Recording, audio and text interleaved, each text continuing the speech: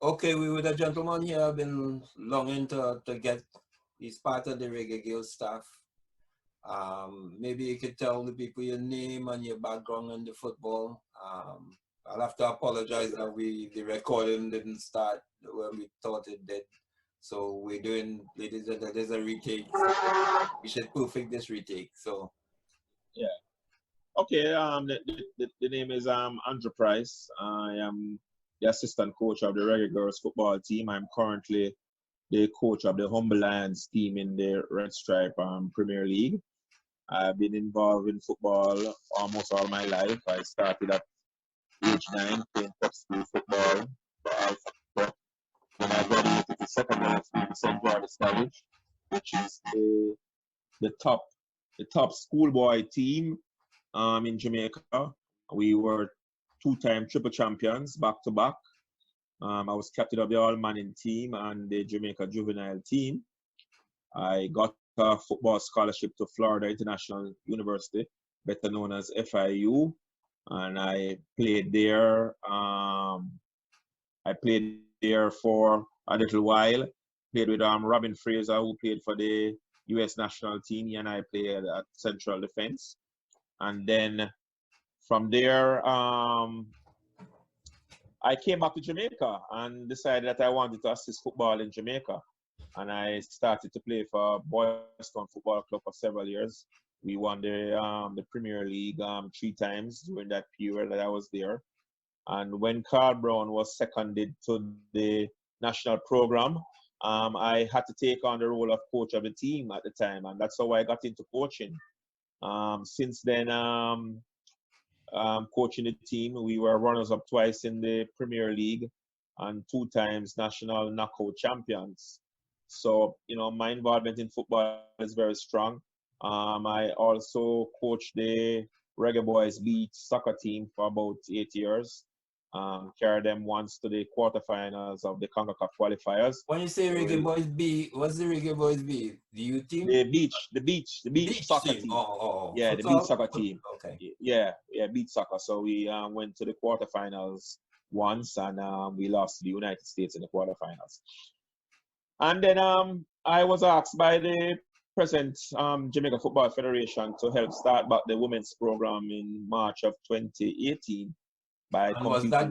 was that the new regime under Ricketts and these guys? Yes, the Okay. new regime, because the national team was placed on hiatus for a while because of cost, and he wanted to pursue it again. So we decided to start back, and we had a challenge tournament in CFU. From there, we met with the overseas coaches, people like Hugh Menzies and Lauren Donaldson. Hugh is somebody I've known for years. We used to go to school together. So it was familiar people that I was working with. And our first assignment was to take on the Haiti first round group, which was a very daunting task, as you know, playing in a very hostile surroundings such as Haiti. We won our first 2 games. They won their first 2 games. And then the final game would decide who won the championship. And we played in front of 20,000 people in Port-au-Prince, Haiti. And they were leading 2-0.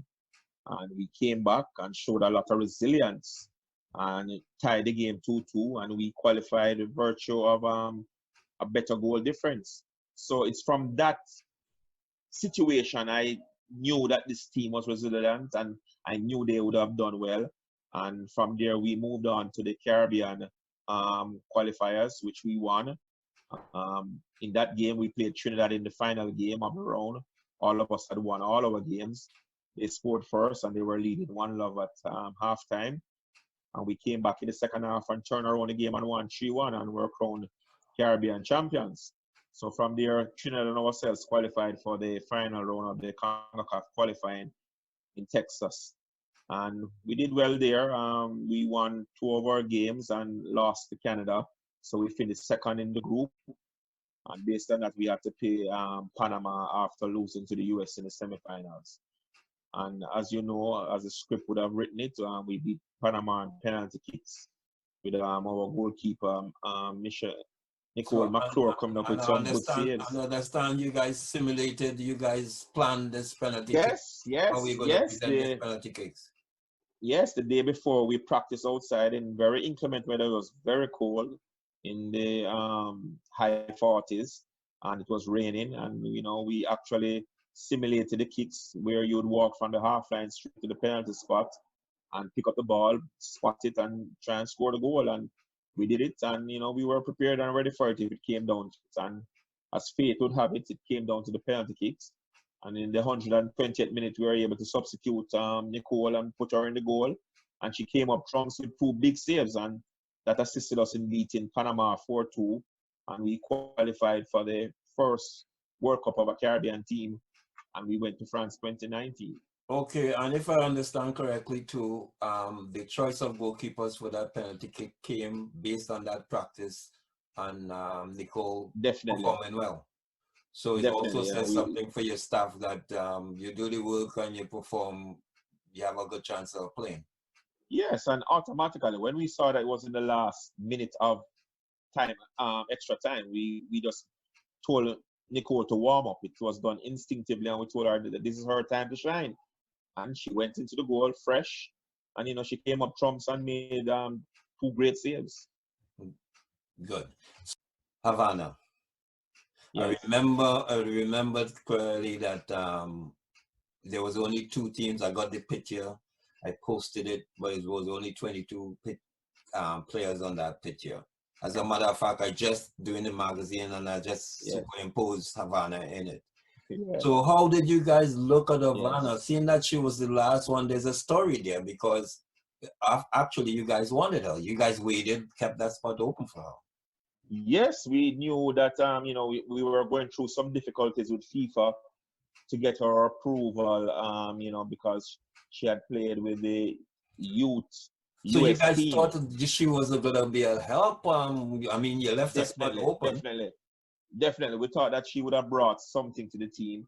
Havana is the type of player, she could open up a sardine can, with her dribbling skills, and we believe that she would have added something. So, we left that space open because we really wanted to bring her into camp. And like you said, when we actually sent out our roster, we only had 22 players, and that final spot was actually left for her. And we were able to get her in after FIFA gave us the clearance, and she was added to the team. And as it was written, she scored the only goal. I know, and then the public gonna understand that. That's why I'm putting an accent on it now to show how the staff, and that's why I'm doing you today, because I think the public has to understand. And there's a lot of people, sure, and there's something that a lot of the public wouldn't even know, that when we played a game in Scotland against the Scottish team, Kayla McCoy, one of our forwards, and she was one of the forwards with Khadija Bunishaw.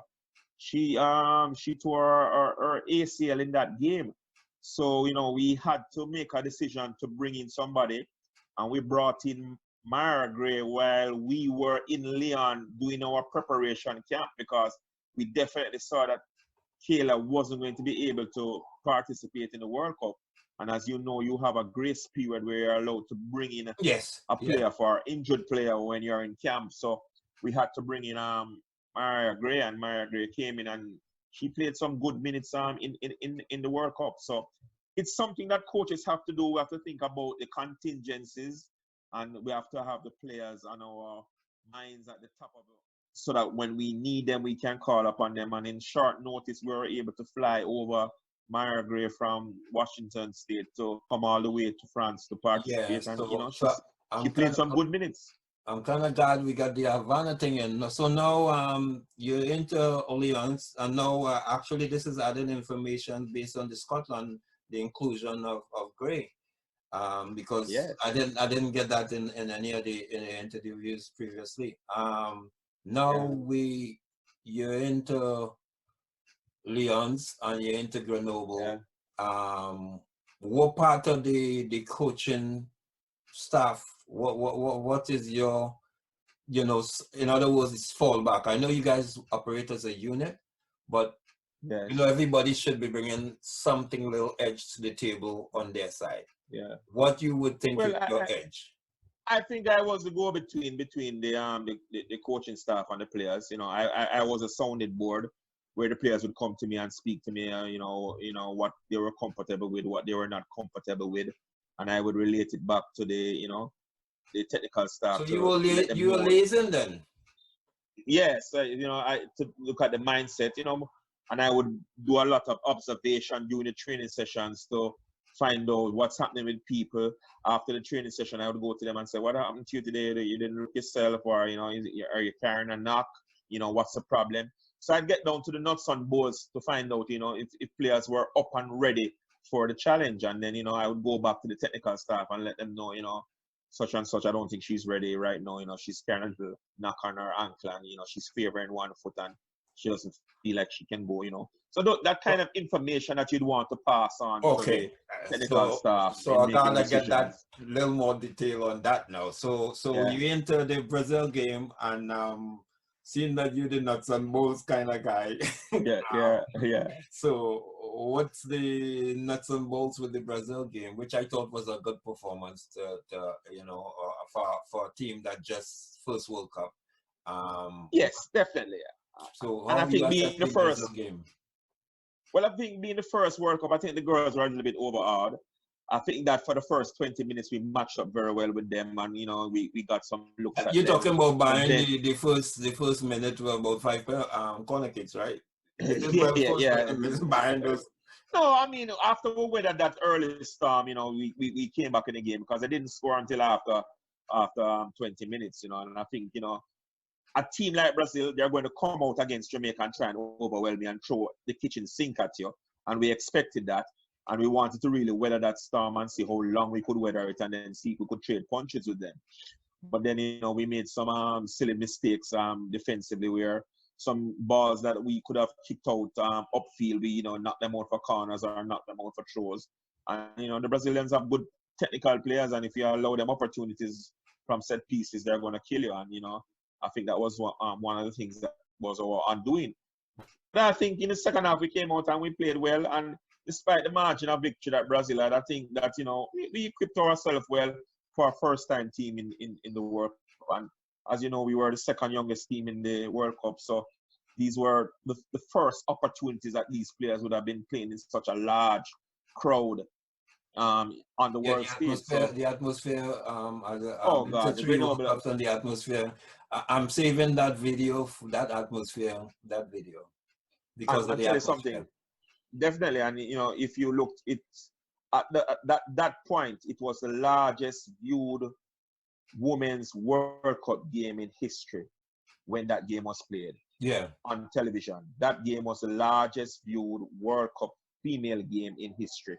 That Jamaica-Brazil game. So it just showed you the magnitude of the game, not only in France, but outside of France, where people from all over the world, Brazil, all over the world wanted to watch the game.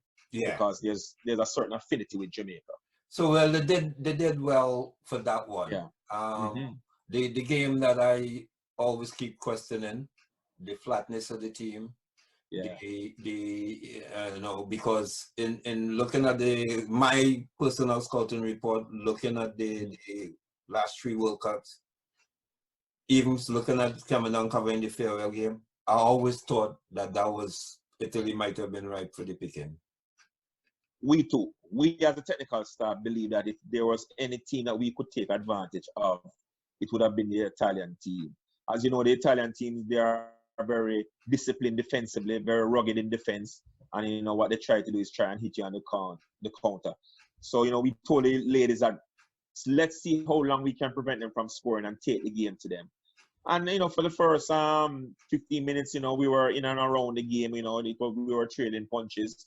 But then they caught us snapping on a couple of their counters, because that's what they did very well. And you can see that they are a very well-drilled team, and they knew when to counter and play that outlet ball to their speedy forwards, and they were able to get behind our defensive unit and score some goals. But all in all, I think it wasn't our best performance. I think we were a little bit flat for that game. But I think we stayed competitive for as long as we could. I think our goalkeeper, Sydney Schneider, had a wonderful game. You know, she saved a She had penalty a that one had to be blunder. retaken. Yeah, Her big game was the first game. She had a blunder, yes, maybe because yeah, she spoiled us and we realized her full yeah, potential. Yeah, after, yeah. right? But So, again, with the you know, thing so that, yeah, like I you know, said, some mistakes were made, and we take it on the chin, and we said, we have to get ourselves prepared for the final game against Australia. all right, Australia, there's a little joy in there. You're Mm. going into these games, you either go and tell yourself, with no win, the real disappointment. I'm sure there was big disappointment with the Italy game. Spoiler, Mhm. shutout. Which one? Well, how did that? What was playing more? Shutout, I think we win. want I think we wanted to go out there and give a good account of ourselves because we believe that we weren't playing as well as we were capable of playing. And we wanted to show the public that we were a good team and we could go out there and play good competitive football. So it wasn't even about being a spoiler or trying to get a shutout. It was about going out there and playing some good, decent football that we were capable of playing. And I think we did that in that game. I think the Australia game for me was probably our best game for the entire World Cup campaign. And I believe that, it culminated with us getting that goal where Khadija Shaw was able to play through Havana and she got that all important goal for Jamaica, her first goal in Women's Mhm. World Cup history. And I think we were competitive throughout the game, but I think defensively, we made some mistakes. When you have a forward such as Kerr, who scores so many goals, she has played about 80 international, she's an experienced player. You can't give her the time and space where she's not marked properly, and she made us pay for those mistakes. And But I think I'm what sure you happened, guys covered that. I'm sure Sanford and you guys oh, knew we her certainly did it. talent. And everybody knew who Kerr was, but inexplicably, a lot of the time she was left unmarked in the box. And she will make you pay dearly if you don't mark her. Yeah, she's a nice one. She's a good forward. She's a good, Very good forward. yeah. Good forward. So all in all, how you think when you cap in, do the summary of the three games and the experience for the girls, from the girls' point of view and from your point of view, from a Well, coaching I think standpoint and from your experience. on to come on the world stage for the first time, it's a young squad. A lot of the players can play another World Cup or two.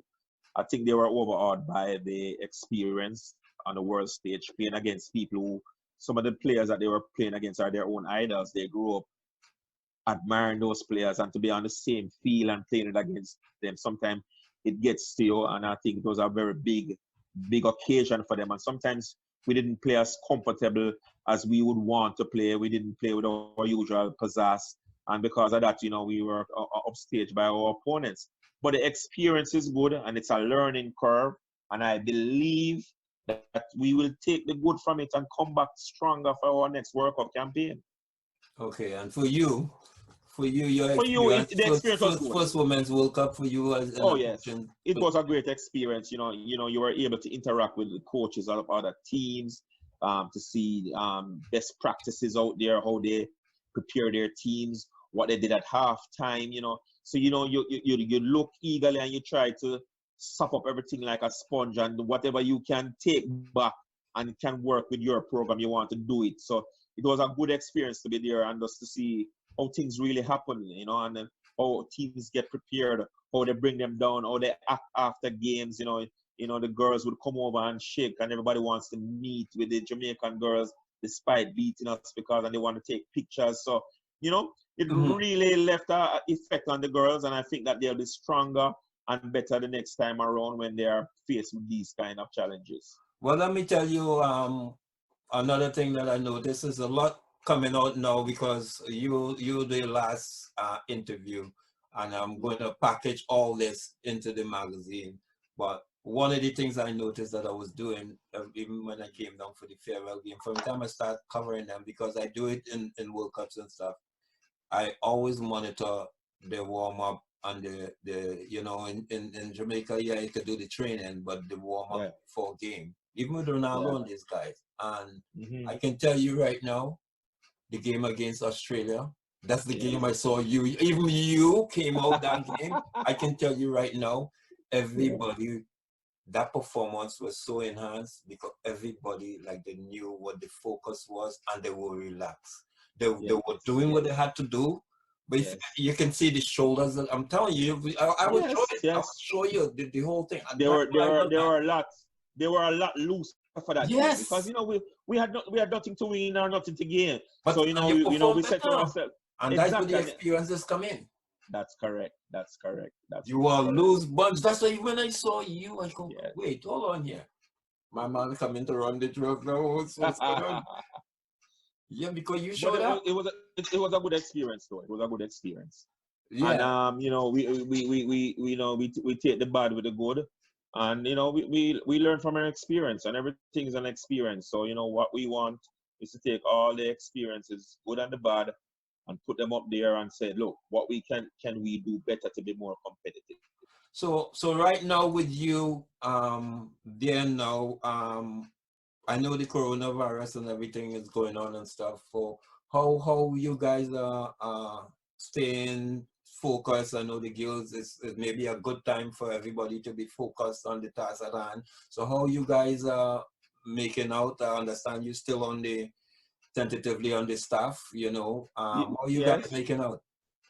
Well, what we do, we have a lot of webinars with a lot of the prospective players where we want to talk to them about philosophy and what we want to do. I mean, in the downtime, you have that time and luxury where you can sit down and speak with the players and let them know what you want them to do, show them videos, show them the ways we want to attack, show them the ways we want to defend, so that when we get together and we get on the pitch, know exactly how to go there and execute it. So we utilize the downtime as best as possible to continue to communicate with the players, continue to speak together as a staff as to where we want to go and the direction that we want to be. It might be more effective now because now that they don't have to worry about if they're playing and whatever. And if they're going to school or all of that. Exactly, there's no everything distraction is on a now. whole. Exactly. So it's a good time to introspect, a good time to reflect, and plan and look forward for the future. All right. Okay. So Andrew, it was well with the wait. Sure, definitely. Thank you for giving me the time. I mean, as you say in the onset, we overcome a lot of obstacles, you and I, to get this thing done. And I want to thank you for the time, the patience, and everything. It was nice. So, all right. So thanks for having me, Aldwyn, and it was good, and I hope your listeners and viewers enjoy this. It was a great experience, and Jamaica wants to do it one more time. Okay. All right. I understand. Why not? Yes, definitely. Okay. So thanks, man. No problem, brother. Take it easy. Yeah. All right.